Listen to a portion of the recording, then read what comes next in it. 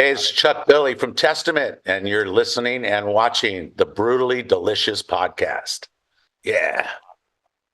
One, two, three, four. The Brutally Delicious Podcast. The Brutally Delicious Podcast. The Brutally Delicious Podcast. The Brutally Delicious Podcast. Good to see you again. How are you? Good. Happy birthday, by the way. Oh, thanks, man. Sucks getting old. Oh my God! Just out of the clear blue, it's got nothing to do with the record here. But how do you keep up with the with getting old? We're all getting to a certain level, right? Do you find a difference in performance or preparing for a performance? Well, I definitely don't bang my head and run around the stage like I used to, like a maniac. Um, as far as the vocals and all that, I think I still do the same routine I've done from day one, the same hour warm up before a show. My style of singing is a lot of wind, so I need to ride a bike or run and get really prepared before the tour. Especially because I smoke a lot of weed when I'm not touring. So when it's time to tour, I gotta chill and cut off my smoking and It takes a while to get your sea legs back, I imagine. Totally. Anyway, let's jump into remastered releases of the legacy, not the legacy, sorry, of the two new records. Are you going to plan on doing the rest of the catalog as well? Is that something that's foresight? And how did this come about? Well, it started, when we wanted to remix in the first two records, and Atlantic really didn't want to participate, so we decided to re-record them back in 2001 or two. I can't remember. Okay. First Strike, Still Deadly. We did, and Alex came back to the band, and Greg, and we had kind of the reunion. That kind of started it. And after 35 years, bands retained the rights to their music. So we retained the rights after 35 years. So the Legacy New Order came up. This August, we get Practice What You Preach. And then next year, we get Souls of Black. And on till the Low record, all the Atlantic records we get back here in time. And we cut a deal with Nuclear Blast for them to get them all. So right now, Nuclear is pushing these, and Practice is coming, and Souls. So it's kind of nice. And we only retain the rights back in the U.S., and Atlantic still has the world with it. Interesting. That's confusing to me how all that stuff works, how you don't own them anyway. But anyway, what was it like revisiting these old records? I mean, they're classics, and they're really old, but they still hold up. What was it like revisiting some of these songs? Well, when we made those records, we didn't know how to make a record, and all we thought was we held it in our hand and said, "Man, we got a record, right on." We didn't. It sounded the best to us. And over the years, just technology, production started getting better, making more records. We kind of, knew what we wanted to get. And when we hear those old records, they just sound so compressed and just so. I remember the techniques we used and recorded them using the wrong microphones and everything.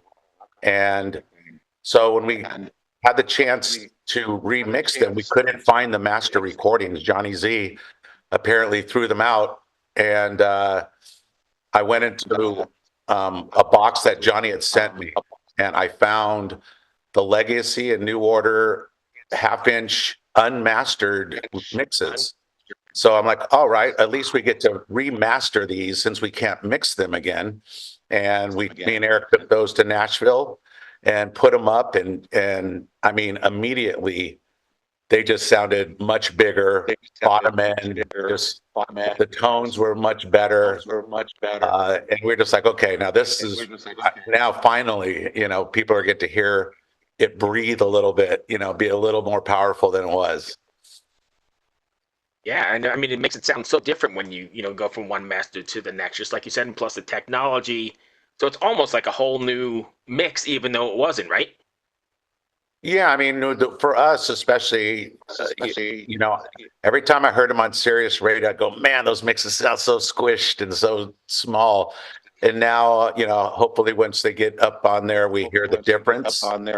And, I literally, I'd change a channel because I'd be like, man, I hate listening to them like that. And so now they finally get a chance, and maybe the rest of the world gets to kind of hear it open up and sound just a little bigger than it was. The performance was there. We didn't want to change the performance, but it's there, and it's just better sounding. Oh yeah, absolutely. Grant, what do you got? Yeah, nice talking to you, Chuck. It's an honor, mate. While we're on the topic of reflection, I want to go back to the time that I discovered Testament, which was the mid-90s. Some of the other thrash giants and members thereof have been talking a lot about that period recently. Alphiston's been talking about Cryptic Writings, Kerry King's been talking about Diabolos and Musica, because everybody took a bit of a weird angle. How do you reflect on the likes of Law and Demonic and like the influence that they had on you guys moving forward with the experimentation that you did? Well, definitely on Low. That's really when, because coming out of the Ritual, Alex left the band and Louis left right after that. And just the climate of, metal changed, especially when, Nirvana and Soundgarden and Pearl Jam and all them bands were popping up, making records fairly cheap, and big labels, going, wow, we can make records cheap and sell a lot of records. The climate changed in radio overnight. Right around the Ritual, there was probably, close to 200 stations across the country that would play metal drive time, traffic time. And it changed. And it was our last record with Atlantic. And we were just a little pissed off at the world that we were on such a roll and things are changing out of our control. And there was a sense of, when Alex was Lou and was in the band, we compromised a little bit with each other because we kind of were not on the same page musically.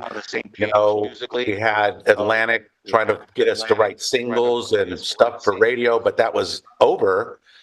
So when Alex was gone, me and Eric, first thing we said was, okay, it's time to be heavy. And we did the Low record. And I think that was the first record where I did a song like Dogface Gods, where I used my heavy voice throughout the whole song. And I got shit from some of the fans saying, what are you doing? What's going on? Where's the Chuck voice?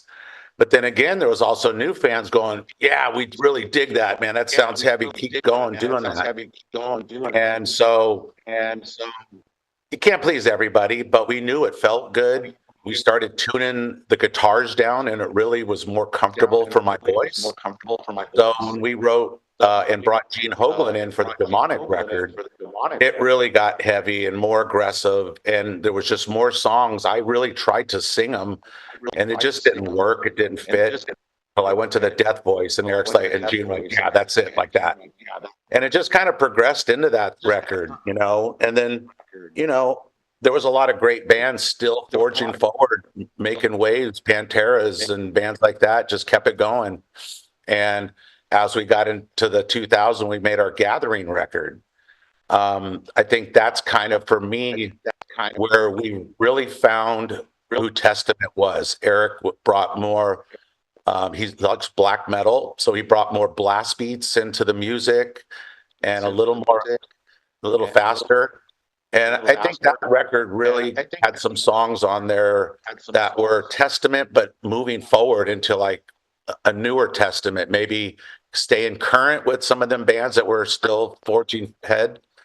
And I think that's kind of where Testament's start again was, after we lost Alex and everybody. Now we had the new band, the Giorgio's on board, Lombardo was on board, James Murphy was on board. It felt like a new band, a new start.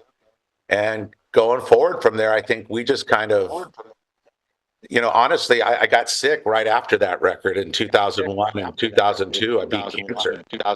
And we had the reunion in 2005 with all the original guys. And honestly, in 2003 and 4, I didn't think I was playing music anymore. I'd look in the mirror and not recognize the person who I was.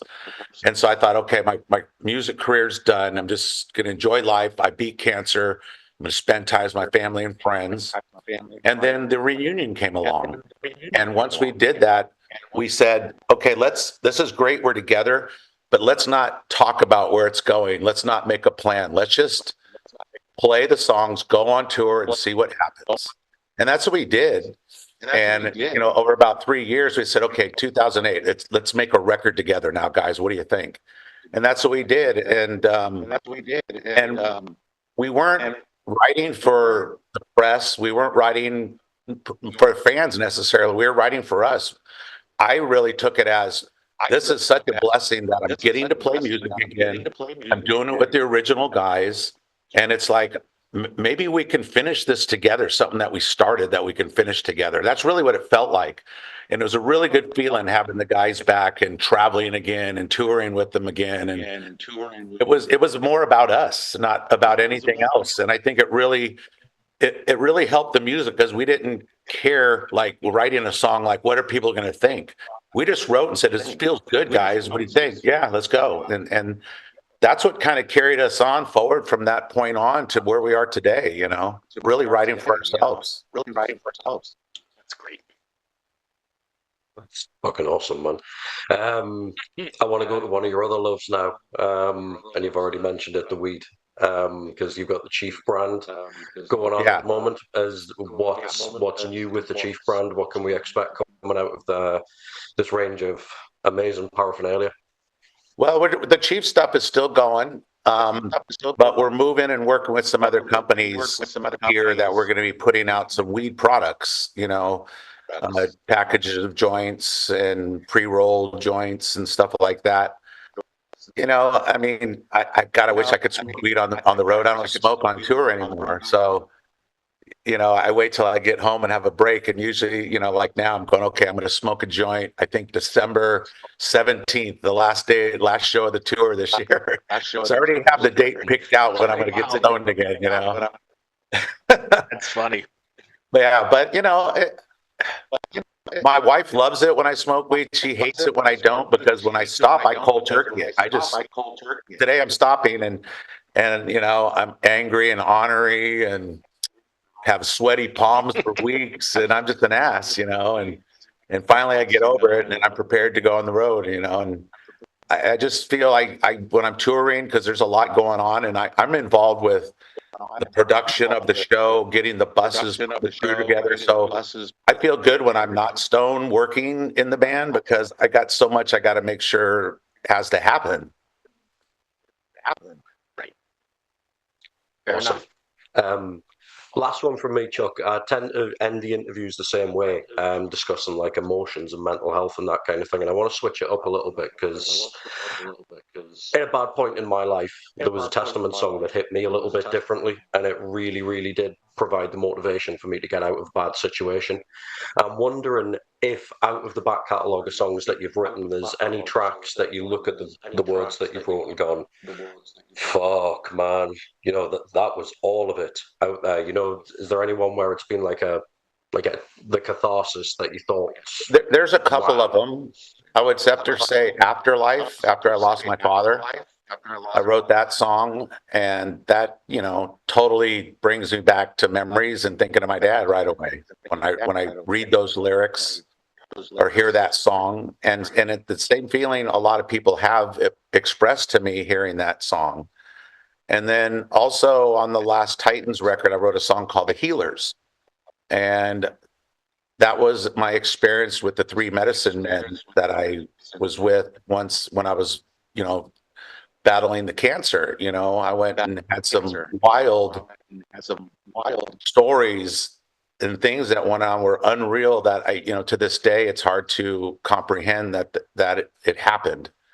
And that song, when I hear that, it really brings me back, and I don't like to revisit my illness. My grandmother had told my father, when they had somebody ill in their family, they had some medicine men come in and heal them. And the one thing I kept back in my brain is what they told him. Moving forward, don't even mention the word. Don't even think of the word. Just move forward. So I kind of take that in like, okay, I'm past that. I beat it. I'm not looking back. I'm not even going to say it. But that song, I decided to tell my story because a lot of people had asked me, I said it in the press about the stories, what happened to me. And so on that song, I definitely had to like put it down for life, I guess, for all times, that story and what that meant to me.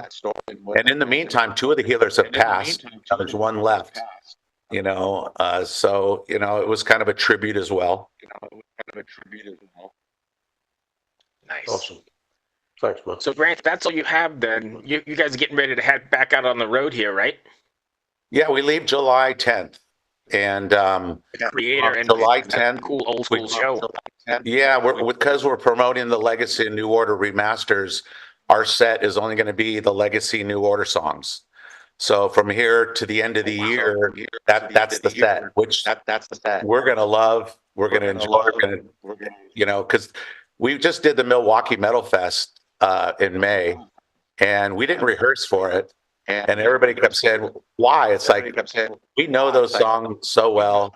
It's like riding a bike. And we got there, we were tight. It sounded great. And we're like, it just feels good to play those old songs. That's great. Grant, you got anything else?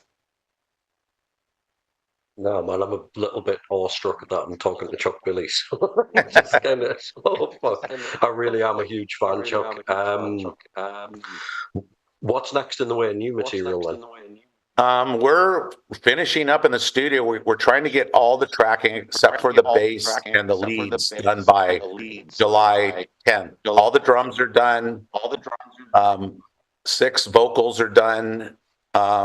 Rhythms, I don't know. I think he's got 3 or 4 finished. But that's the goal. But our drummer, Chris Dovas, the new young blood in the band, 24, when he joined us, he's 25 years old now.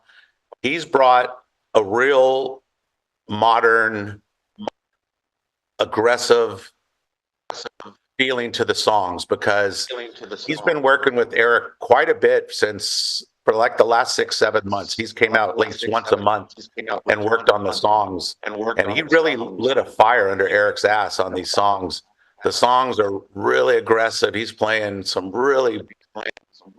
people are going to hear this record and go, wow, okay, Testament, 62-year-old guy is still playing thrash metal and raging as hard and fast as that. Wow, how did you do it? And it's because of Chris. He's pushing the machine right now and pushing us to our limits. And I'm definitely singing some heavier death vocals on this record, some classic Testament style vocals.